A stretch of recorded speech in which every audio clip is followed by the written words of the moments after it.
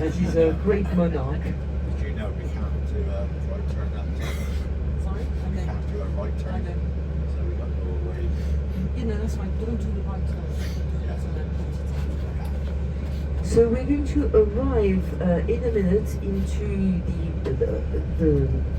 the beautiful beach of Weymouth. It's a very long beach. At the moment, for those who are in the front ahead of us, there's this very tall clock in there, different colors, very beautiful, built in 1887 for a queen. I will mention again, Queen Victoria, for her golden jubilee. She also had a diamond jubilee in 1997, and on the corner, the building on the corner is also where George III stayed in the 1860s, because I don't know if you watched the series Bridgerton, the latest one, Queen Charlotte. That was her husband basically, and he had a disease called porphyria. The doctors didn't know what to do about it, but it made him mad.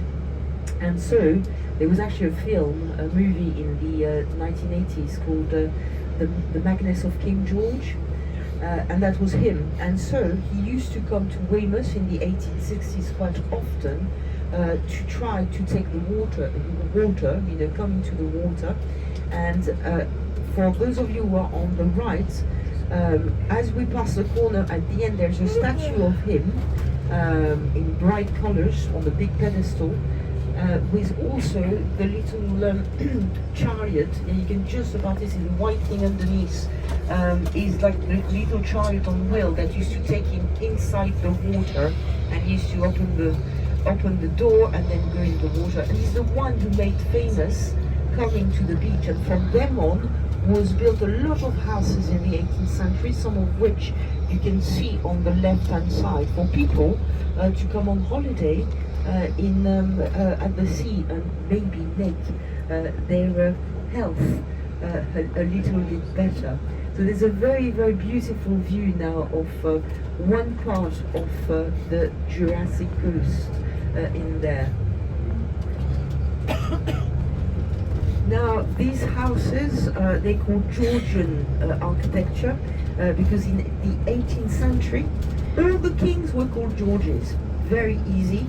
So there's George I, George II, George III, which I mentioned, and George IV, the king regent. The two first ones, they couldn't speak English because they went to get them in Germany because they didn't want another Catholic king or queen on the throne. Then that's end of the beginning of the 19th century, end of the Georgian era, and there's first William IV and then Queen Victoria, which you've got a statue on the pedestal coming up on the right hand side, and apparently it's life size. She was apparently very tiny, and the church that you've got on the right hand side was also built in the late 19th century. Up until that time, there was no parish church in Weymouth, and so George III, when he came, had to go to White Regis, which we passed just after Portland, to go to church. So I'll point out that church again when we come back. Now, an interesting fact about Queen Victoria. She became queen in 1837 and died in 1902. Yeah, that's it. She Sorry? Sorry? No, I can say nothing. okay. I'm hearing voices. So yes, her husband died quite young. He's the one who built a lot of fantastic buildings during the Great Exhibition in London in the 1860s, including the Natural Museum and the Victoria and Albert Museum, where you've got the proms as well. So incredible monarch.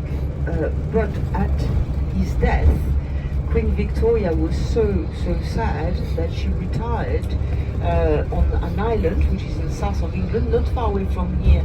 If you carry on straight on, not straight on, let's say on the right hand side for about, let's say, an hour by boat.